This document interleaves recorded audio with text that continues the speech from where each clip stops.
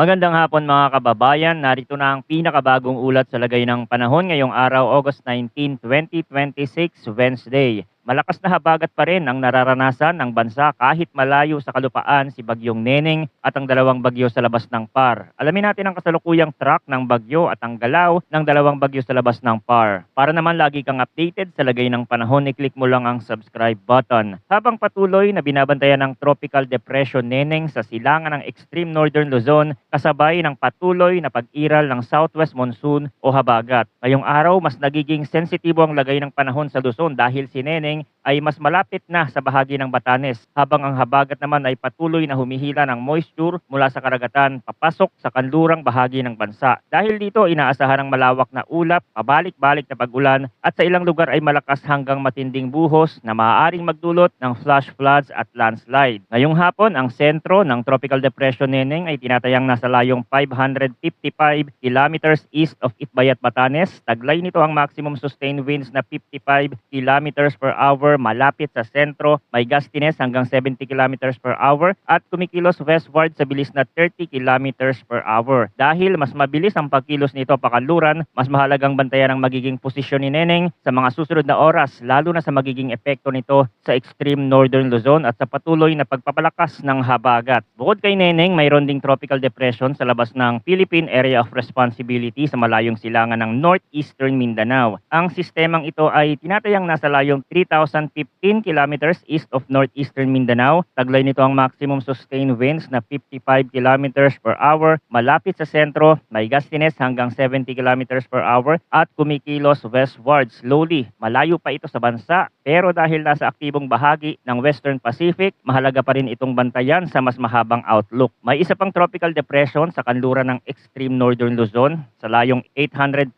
kilometers west of extreme northern Luzon. Taglay nito ang maximum sustained winds na 45 kilometers per hour malapit sa sentro, may gustiness hanggang 55 kilometers per hour at kumikilos west-northwestward sa bilis na 25 kilometers per hour. Ang bagyong ito sa kanluran ay nasa labas ng Philippine Area of Responsibility at patuloy na kikilos pahilagang kanluran, papalayo sa bansa. Hindi na ito inaasahang papasok sa PAR, pero maaari pa rin itong palakasin ng habagat habang nananatili ang impluensya nito sa daloy ng hangin sa rehiyon. Ngayong araw hanggang bukas ng hapon, August 20, inaasahan ng 100 hanggang 200 mm ng ulan sa Pangasinan, Zambales, Bataan at Occidental Mindoro. Ito ay heavy to intense rainfall.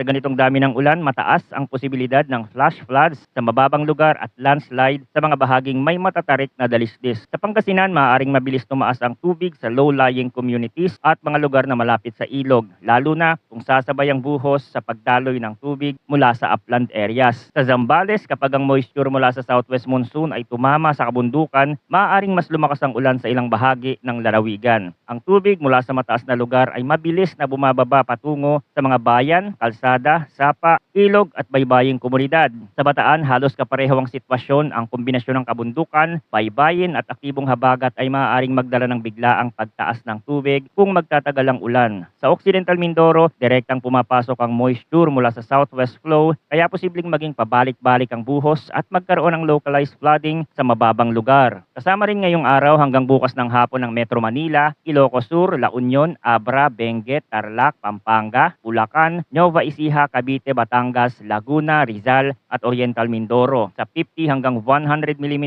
na rainfall outlook, ito ay moderate to heavy rainfall. Sa Metro Manila, sapat ang ganitong dami ng ulan para magdulot ng pagbaha sa mga underpass, mababang kalsada, creekside communities at mga lugar na mabagal ang drainage. Sa Ilocos Sur, La Union, Abra at Benguet, mas dapat bantayan ng landslide at pagtaas ng tubig sa mga lugar na malapit sa kabundukan. Sa Benguet, mas sensitibo ang lupa dahil bulubundukin ang terrain at posibleng mas mataas ang aktual na rainfall sa elevated areas. Sa La Union at Ilocos Sur, ang mga lugar na nasa paanan ng bundok at malapit sa mga ilog ay maaaring makaranas ng mabilis na pagdaloy ng tubig kapag lumakas ang ulan. Sa Tarlac, Pampanga, Bulacan at Nueva Ecija, maaaring magkaroon ng localized flooding sa agricultural areas, mababang barangay at mga kalsadang madaling maipunan ng tubig. Sa Cavite, Batangas, Laguna at Rizal, posibleng magkaroon ng moderate to heavy rains na magdudulot ng pagbaha sa urban areas at landslide sa mga lugar na malapit sa bundok. Sa Rizal, ang mga komunidad na nasa paanan ng kabundukan at malapit sa ilog ay mas dapat bantayan kapag naging tuloy-tuloy ang buhos. Sa Batangas, may mga lugar na malapit sa baybayin at bundok kaya maaaring sabay na maranasan ng ulan, bugso ng hangin at mabilis na pagdaloy ng tubig mula sa mas mataas na lugar. Sa Oriental Mindoro, ang monsoon moisture ay maaari ring magdala ng pabalik-balik na pag-ulan sa loob ng araw. Mula bukas ng hapon hanggang Friday ng hapon, August 21, inaasahan ng 50 hanggang 100 millimeters ng ulan sa Ilocos Norte, Ilocos Sur, La Union, Pangasinan, Zambales at Bataan. Ibig sabihin kahit bumaba ang rainfall range kumpara sa heavy to intense rainfall ngayong araw sa ilang lugar, mananatili pa rin ang banta ng moderate to heavy rains sa northern at western section ng Luzon. Kapag ilang araw nang umuulan sa parehong rehiyon, mas lumalaki ang epekto dahil hindi agad natutuyo ang lupa, hindi agad bumababa ang tubig sa ilog at mas mabilis mapuno ang drainage system sa susunod na buhos. Maaaring mas mataas pa ang aktual na rainfall sa mountainous at elevated areas. Ito ay mahalaga lalo na sa Benguet, Abra, La Union, Pangasinan, Zambales, Bataan, Rizal, Batangas at iba pang bahagi ng Luzon na may kabundukan. Kapag ang hanging may dalang moisture mula sa habagat ay tumama sa slope ng bundok, napipilitang umakyat ang hangin. Habang umaakyat ito, lumalamig at nagiging mas makapal ang ulap kaya mas dumadami ang ulan sa upland areas. Dahil dito, may mga lugar na maaaring makaranas ng mas malakas na buhos kesa sa nakasaad na general rainfall range.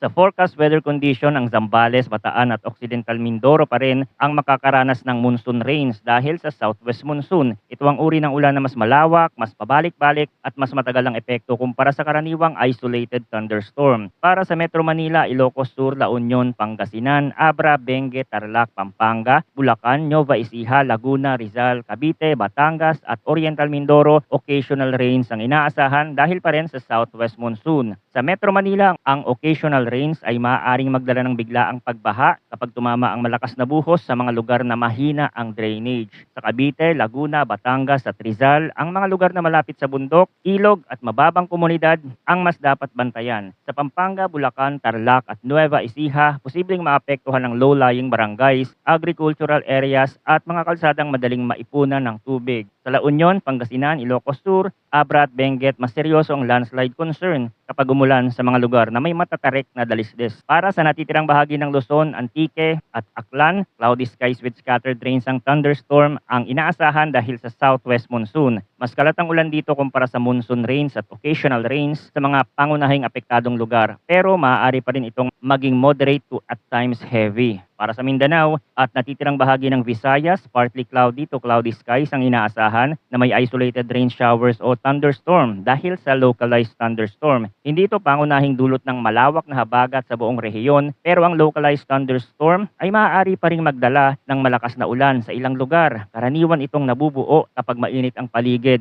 mataas ang moisture at nagiging unstable ang atmosphere. Kapag naging severe, maaari itong magdala ng flash floods sa mababang lugar, landslide sa matatarik na bahagi at biglaang bugso ng hangin. Dumako tayo ngayon sa forecast, wind and coastal water conditions. Para sa northern at western section ng Luzon, inaasahan ng moderate to strong na hangin mula southwest. Ang coastal waters ay moderate to rough na may taas ng alon mula 1.5 hanggang 3.0 meters. Ito ang mas sensitibong bahagi ng maritime forecast dahil direktang nakaharap sa habagat ang hilaga at kanlurang baybayin ng Luzon. Sa mga coastal areas ng Ilocos Region, Pangasinan, Bataan at Mindoro, maaaring maging maalog ang dagat lalo na kapag may kasabay na thunderstorm o mas malakas ang bugso ng hangin. Para sa eastern section ng bansa, moderate ang hangin mula southwest. Ang coastal waters ay moderate na may taas ng alon mula 1.5 hanggang 2.5 meters. Sa ganitong kondisyon, maaaring maging maalog pa rin ang dagat sa ilang bahagi, lalo na kung may thunderstorm sa ibabaw ng karagatan. Kahit hindi ito kasing taas ng alon sa northern at western section ng Luzon, maaari pa rin magkaroon ng biglaang pagtaas ng alon kapag may malakas na ulap, ulan at pabugsong hangin na dumaan sa lugar. Para sa natitirang bahagi ng bansa, light to moderate ang hangin mula south to southwest. Ang coastal waters ay slight to moderate na may taas ng alon mula 0.6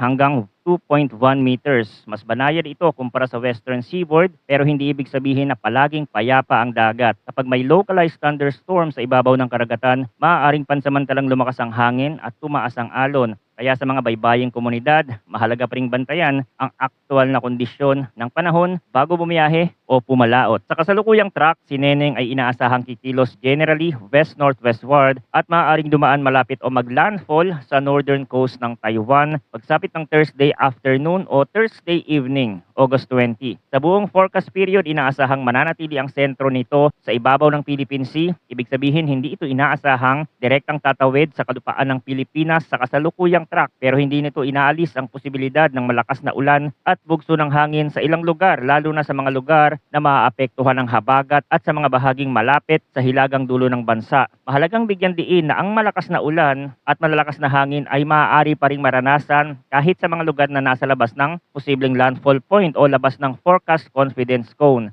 Ang track ng bagyo ay maaari pa ring gumalaw sa loob ng forecast cone, kaya posibleng magbago ang pinakaapektadong lugar depende sa magiging galaw ng sentro. Sa ngayon, si Neneng ay inaasahang mananatiling tropical depression sa susunod na 36 hours bago humina bilang remnant low over or near Taiwan sa Friday morning. Gayunman, hindi rin inaalis ang posibilidad na mas maaga itong humina bilang remnant low. Dahil dito, may uncertainty pa rin sa magiging eksaktong lakas ng bagyo habang lumalapit sa Taiwan area. Pero para sa Pilipinas, ang mahalagang epekto ay nananatiling nakasentro sa habagat, lalo na kung mapapanatili ni Neneng ang posisyon na kayang humila ng hanging timog kanluran. Ang bagyo sa kanluran na nasa labas ng Philippine Area of Responsibility ay patuloy na kikilos pahilagang kanluran at papalayo sa bansa. Hindi na ito inaasahang papasok sa PAR, pero patuloy pa rin itong maaaring palakasin ng habagat. Kapag may sistema sa kanluran at may bagyo sa silangan o hilaga, nagiging mas aktibo ang daloy ng hangin sa paligid ng Pilipinas. Maaaring mas maraming moisture ang mahila mula sa karagatan at mas mapahaba ang panahon ng pag-ulan sa Western Luzon, Southern Luzon at Western Visayas. Samantala, ang isa pang bagyo o tropical depression sa malayong silangan ay sa ngayon ay nakikitang kikilos pahilagang kanluran sa mas malayong outlook at inaasahan ding magiging mas malakas na bagyo. Malayo pa ito at marami pang maaaring magbago sa track at lakas nito. Gayunman, inaasahan din na maaari itong makaapekto sa daloy ng habagat sa mga susunod na araw, depende sa magiging posisyon nito. Kapag may sunod-sunod na sistema sa silangan at kanluran ng bansa, mas nagiging komplikado ang pattern ng hangin at mas tumataas ang posibilidad ng pabalik-balik na ulan. Mahalagang maintindihan ang indirect effect ng mga tropical cyclone sa panahon ng habagat. Hindi kailangan tumama mismo ang sentro ng bagyo sa kalupaan para magkaroon ng malakas na ulan. Kapag ang isang bagyo ay nasa tamang posisyon sa silangan, hilaga o kanluran ng bansa, maaari nitong hilahin ang hanging timog kanluran. Ang hanging iyon na nagdadala ng makapal na moisture mula sa dagat papasok sa Luzon at Visayas. Kaya may mga pagkakataon na walang landfall sa Pilipinas, pero ang ulan ay malabagyo ang epekto dahil pinalakas ng bagyo ang habagat. Manatiling nakatutok sa mga susunod na updates tungkol sa lagay ng panahon. Maraming salamat sa inyong panonood at mag-ingat po tayong lahat.